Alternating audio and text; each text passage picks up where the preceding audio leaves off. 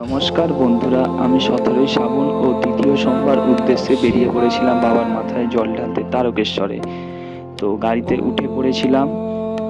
সকাল সকাল বাসে করে গিয়ে একটি গন্তব্যস্থল থেকে আবার একটি গাড়ি করে নিয়েছিলাম। আর মোটামুটি রাস্তাঘাটে একটু বৃষ্টি হচ্ছিল, বৃষ্টির ওয়েদার ছিল সেদিন। দেখতেই পাচ্ছেন বন্ধুরা, রাস্তাঘাট ভিজে। এখন আমরা শেওড়াফুলির উদ্দেশ্যে যাচ্ছি। মোটামুটি শেওড়াফুলির একটু কাছাকাছি জায়গাতেই আমরা আছি, আর খানিকক্ষণের মধ্যেই আমরা পৌঁছে যাব। আর রাস্তায় অনেকগুলোই যাত্রী যাচ্ছেন, তাদের সাথে দেখা হচ্ছে। তো বন্ধুরা, আমরা শেওড়াফুলি চলে এসেছি।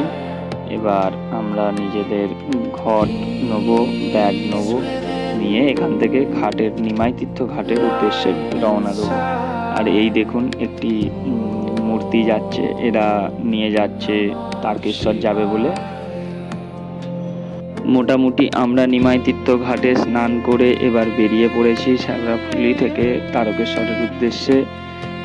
দেখতেই পাচ্ছেন কত যাত্রীরা যাচ্ছে। হর হর মহাদেব, জয় বাবা। দেখতেই পাচ্ছেন প্রচুর পুণ্যার্থীদের ভিড় হয়েছে।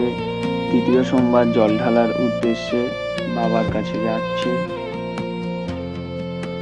কত লাখ লাখ লোক যাচ্ছে বাবার মাথায় জল ঢালার উদ্দেশ্যে। তো চলুন